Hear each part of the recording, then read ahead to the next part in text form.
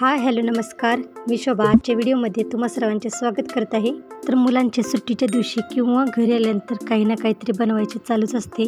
तर आजच्या व्हिडिओमध्ये मुलांनी घरामध्येच खाण्यासाठी पिझ्झा तयार केले आहेत, ते आपण आज बघणार आहे। तर बेकरीमध्ये पिझ्झा बेसची पॅकेट मिळतात, ते आपण पिझ्झा तयार करण्यासाठी घेतलेले आहेत। पिझ्झा बेसवरती लावण्यासाठी आपण हिरवी, लाल, पिवळी सिमला मिरची उभी चिरून घेतलेली आहे। गाजर, हिरवी मिरची आणि टोमॅटो आपण उभा तसा चिरून घेतलेला आहे। कांदाही आपण उभा चिरून घेतलेला आहे। चीजचे स्लाइस आहेत तेही आपण उभे चिरून तुकडे करून घेत आहे।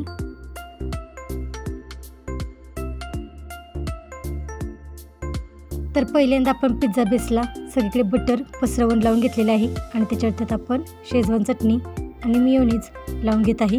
याच्यावरती आता आपण आपल्या आवडीनुसार चिरून घेतलेल्या भाज्या लावून घेत आहे। पिझ्झा बेसला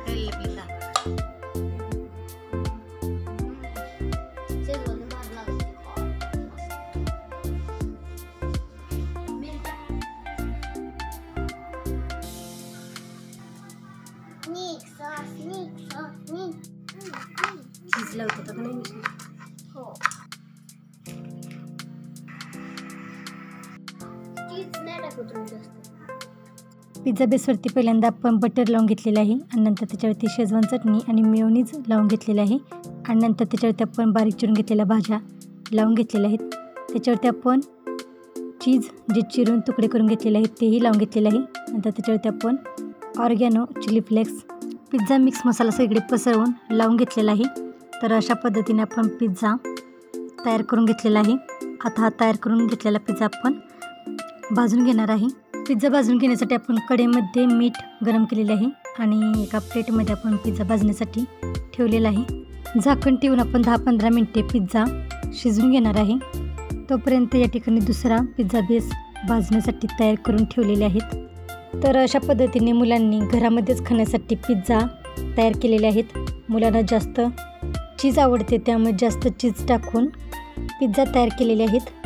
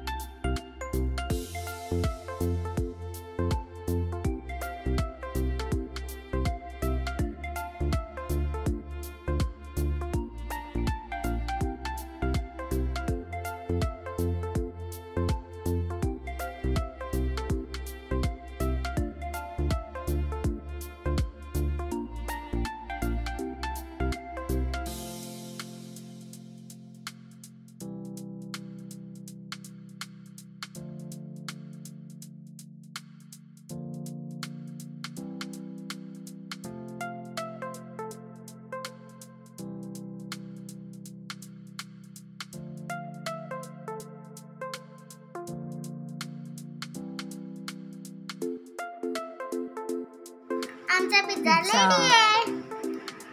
टोमॅटो धीराज बनवतोय पिझ्झा का नाही? वैष्णवीने पिझ्झा बनवला एक आता धीराज बनवतो।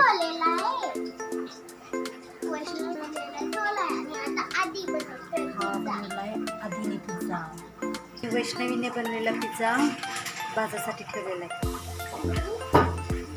नाही अजून भाजलेला।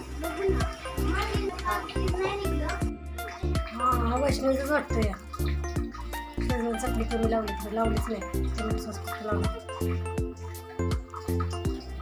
तर आजचा व्हिडिओ कसा वाटला ते कमेंटमध्ये सांगा आणि चॅनलला सबस्क्राईब केलं नसेल तर चॅनलला सबस्क्राईब करा आणि वेळात वेळ काढून व्हिडिओ पूर्ण बघितल्याबद्दल धन्यवाद.